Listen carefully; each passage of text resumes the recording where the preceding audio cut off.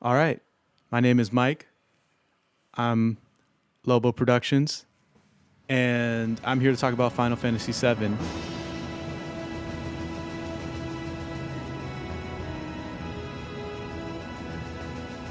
And how much it has impacted me.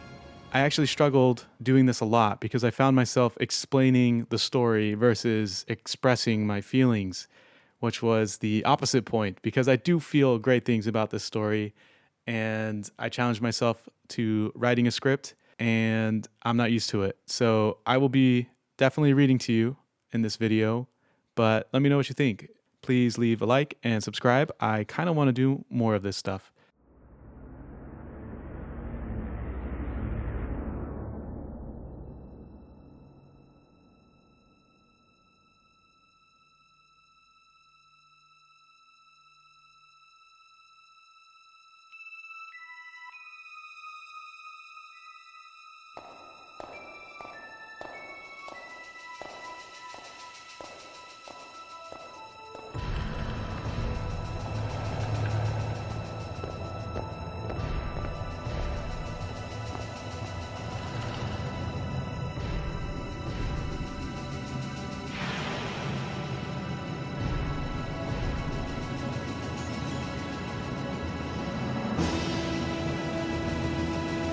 Final Fantasy VII is a story that started capturing our hearts all the way back in 1997 and through some miracle continued to enthrall us for 20 more years, continuing its legacy with a retelling of that original story.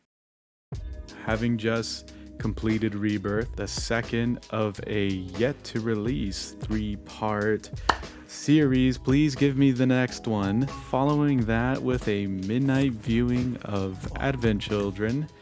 And so I wanted to explore something like the emotional connection to the story and how much this game means to me, because not too unlike our protagonist, Cloud Strife, I have a hard time expressing just how passionate I am about this game, but I struggle with earnestly feeling those emotions because I don't just herald the story for storytelling's sake. There's this understated beauty that I find in so many of the undertones. And honestly, it's gone on to shape my worldview. A video game shaping worldviews? What? I first stumbled onto Final Fantasy VII through Cloud's appearance in Kingdom Hearts Chain of Memories, the Game Boy Advance version, and quickly followed that with Kingdom Hearts 2 and was immediately entranced by the awesome character design. Think you can handle this many? Well, might be tough if one more shows up. Then that'll have to be the one I take care of. What? You're fighting too?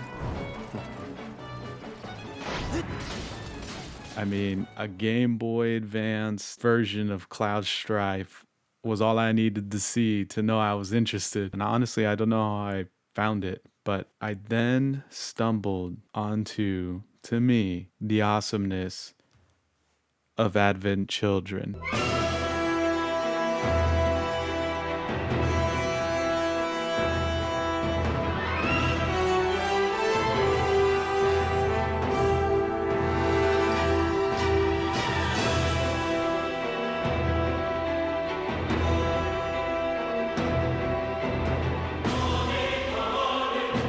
The movie quickly became something extremely dear to my heart.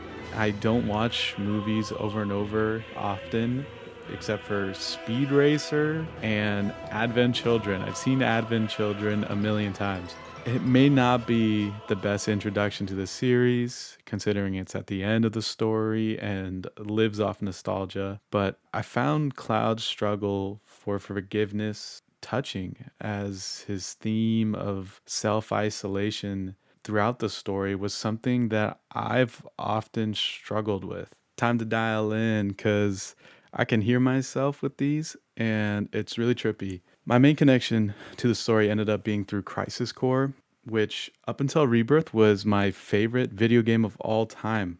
I love Zack and everything that he stood for. and he had an optimism that I didn't have, and he was willing to fight for that optimism when I wasn't. The closing scene to that game forever impacted me and is the closest a game has ever gotten me to crying. All of this is to say that my credentials were spotty.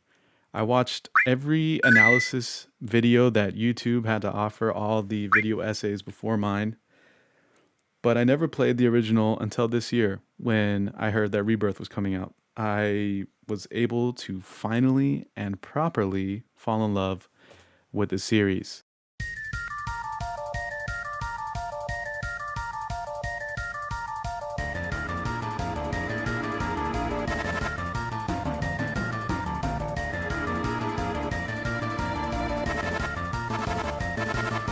The original is so creative, so imaginative, and is responsible for such a great story that tells it in honestly a far more condensed and concise manner than Rebirth and Remake ever dreamed of. But there was no mistake that this was the story that we fell in love with. It looks, it sounds, and it feels just as impressive as it did in 1997. So let's dive in to Final Fantasy VII and what makes us love this story.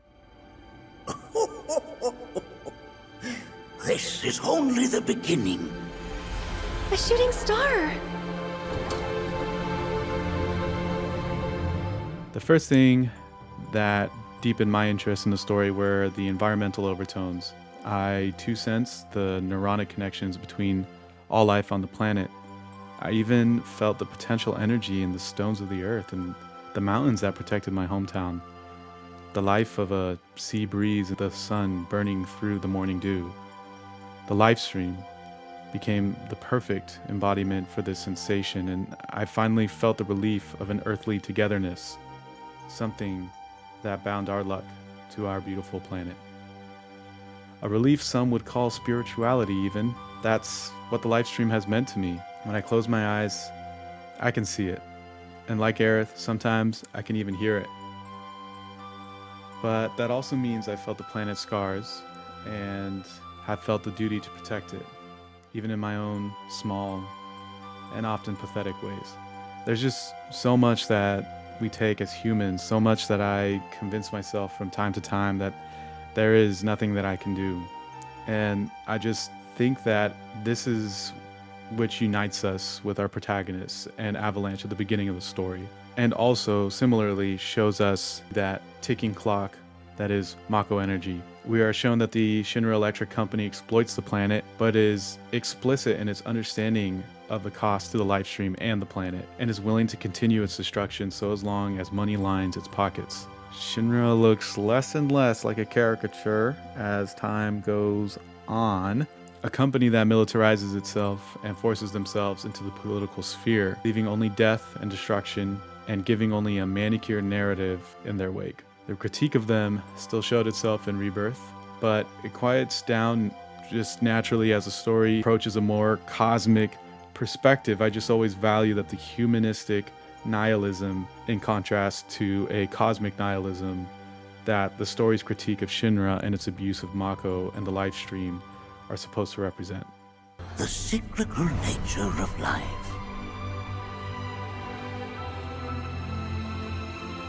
Behold, the planet we call home. The body withers and returns to the planet. But what of the mind, the spirit, the soul? Much like its former vessel, it too returns whence it came. To the great river where all intertwine and circle the planet without end. A cycle of continuous convergence and divergence. The ceaseless ebb and flow that is the life stream. But to expand on the ticking clock, the environment is something we are all familiar with. The trees, the wind, the rocks, the rivers, and even yourself, ourselves. The live stream is being forced to dry up by Shinra through the extortion of Mako energy, but we find that the live stream is not only critical to the planet's temporary well-being, but its outright existence. No live stream, no planet. Which is why it's so interesting that we can hear the cries in Cosmo Canyon and why the weapons awaken, and why doesn't the life stream act until it's called for? Why would it protect its own destruction? The rocks and the wind between the trees don't fundamentally need us. The cosmic indifference could really be the very earth that we walk on. But I think that's what makes the intervention of Meteor Fall so poetic, that the life on the planet mattered just enough. In writing this, it's hard to know what exactly needs to be said about this story. I haven't done anything like this, and so my test is to try writing something just for myself with space for others to share what Final Fantasy VII means to them as well. So if you want to leave a comment on video games or Final Fantasy VII, you know where to find the comment section.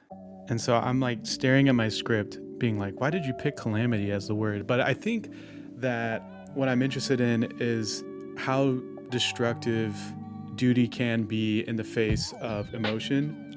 And I mean that in the like multi-tiered aspect, where not only does it not let us see past ourselves, it could also mean pushing the planet to the brink of destruction because you think you're right. And that's something that I really tried tying into with this whole script. Was I feel like my duty, being a normal 9-to-5 person, gets in the way of me truly expressing my emotions, which is what I was trying to get out of the script. So in order to analyze how the story impacts me, I have to analyze the story a little bit. So here is some analysis. Back to the fancy words. We're all finding our way through calamity, all determining our identity in the space and time we are given. We are as often mistaken as we are misguided, and it scares us and it keeps us from moving forward. And I think with balance, there's a struggle for inaction. You know, you're walking that tightrope and it's hard to let go of the things that bind you to the earth. And I think that's some of the best parts of this story, is that our characters can't maintain that balance, that they do fall. Characters like Tifa, especially in Rebirth, really stand out because she knows that she doesn't have the confidence to speak up, but we see her become more confident as the game goes on. So after the end of 3 discs of PlayStation 1 greatness, Cloud finds himself at his most energized, finally coming to terms with his identity and a conflict of both the lies he's told and the truth he's lived. He's finally ready to push past the violence of his self-isolation and see to the planet's safety. But we close the game with a scene of an overgrown Midgar 500 years into the future, somewhere that the story started at its smallest, and see a world that is maybe lived in by humans, but it is at its most alive. And our only hint that humanity has a place in all of this is with the sound of children's laughter. Advent Children starts the story with the same scene before tracing back 2 years after the original climactic battle. We find Cloud hiding from his duties as a friend, trying to handle everything on his own and punishing himself for not only the loss of Aerith, but also the visage of Sephiroth through the virus known as Geostigma. There is no cure to the virus, and Cloud himself is infected. All the fighting was just to be poisoned by Sephiroth's corruption and presence in the life stream. It takes his friend's perseverance and Tifa's wisdom to help Cloud find his light and find the strength within himself to seek an end to Sephiroth's effort to choke the planet. There's just so much to be said about just how well written each character in the story is, but I find it so powerful how the story is somewhat impossible without Tifa and Aerith. Tifa is the reason Cloud answers the call to becoming the hero of the story. And Aerith is the reason the planet answers the call to her prayer. At least in this story, protagonists have antagonists. As we see as we see Cloud's feeble mind grow weaker and weaker as the story progresses, there is but one reason why. Sephiroth.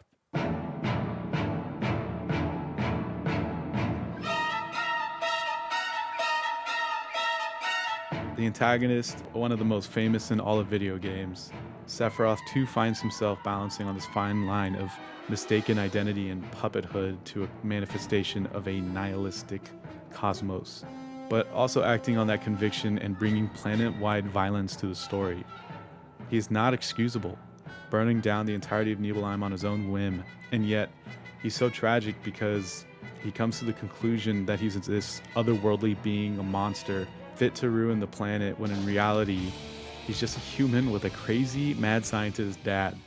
And to contrast, Aerith is an ancient, a descendant of a celestial race that has chosen her as the one to carry on the duty of protecting the planet. Where Sephiroth has come to a conclusion, Aerith's story is much more about returning to the calling that she has always felt. Sephiroth tore through bookshelves to affirm his existence, and Aerith knew the whispers of her destiny. And I think Rebirth played into this in a fascinating way, making her even far more powerful than before. The short version of all of this is Aerith begins the story possessing the white materia, possessing the holy spell, and Sephiroth has to manipulate Cloud and the party into obtaining the black materia for himself. Where emotion is hard to come by, and often it forces us into a self-isolation. And so I find myself relating a lot to Cloud, but then similarly really appreciating characters like Tifa and Aerith, who are, in Tifa's case, willing to work through her weakness and finding strength, and in Aerith's case, seeing the goodness in each and every one of her friends. And so for this next section, I want to spend a little bit of time talking about that. I got on a new light. Oh, I need to change these settings. Let's get it brighter up in here. If Aerith is the live stream personified, Nanaki is the planet dogified, and Cloud is maybe the method of us seeing the world, well then Tifa represents the world that Cloud walks through. She's that human touch to the story. She loses everything to Shinra, Sephiroth, Mako, and Materia, but fights through it all and even gets to experience the live stream, something no other character but Cloud does. And significantly, she is responsible for repairing Cloud's mind. She is the heart of humanity in the story, humanity at its strongest, which is when it's at its most considerate. With all the hate and harm she has seen, she should have been broken long ago, but she keeps fighting. She is far more understated than the other characters, but is still so important to the story.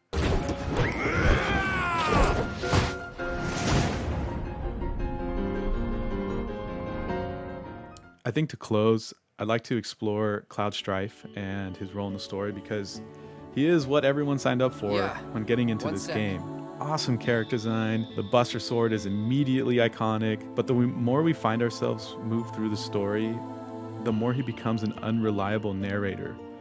We are in this strange predicament where we only know as much as Cloud will tell us, and what he tells us is typically someone else's truth that he has subconsciously believed about himself.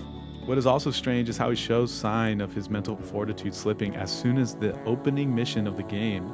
Not to mention that everyone in Avalanche isn't sold by his persona of some macho, stoic, cool guy.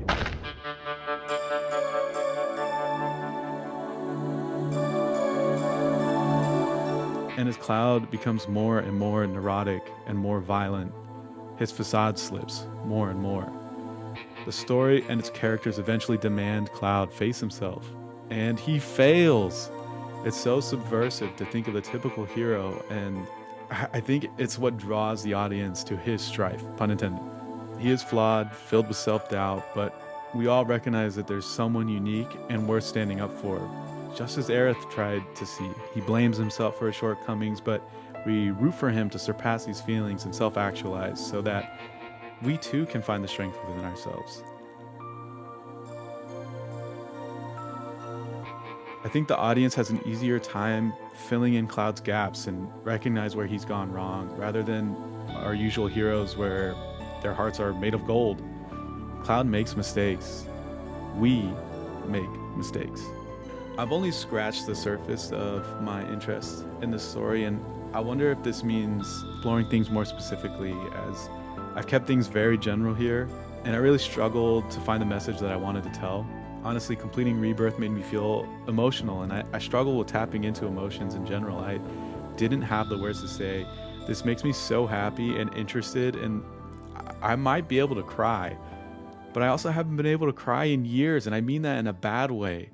I wish I could let go when my heart swells, because it does swell, but I find myself holding on to something, and maybe that's a facade, but it's definitely not the Buster Sword. I'm definitely not fighting Sephiroth and the Meteor. But I think that's exactly why the story and characters like Cloud really fascinate us still. The important battles are fought within our hearts and our minds. It's never easy, and it always feels like you're up against the world. But if you just push, keep those who love you in mind, you might just be able to succeed, even if it's just for a moment. So we'll see how this comes out, because I have no idea how it's going to come out. I read the whole script. This was my third take, but I really enjoyed it. And my challenge was to actually write a script, because I usually do these sorts of videos off the top of my head. So this was extremely unnatural to me, but I don't know how else to express the things that I feel without writing it down. So I might explore some more content like this, especially about Final Fantasy VII. Strike it while it's hot. Let me know if you have anything to add to the conversation, because this story, I think, continues to impress us. And yeah, I love it. Thanks.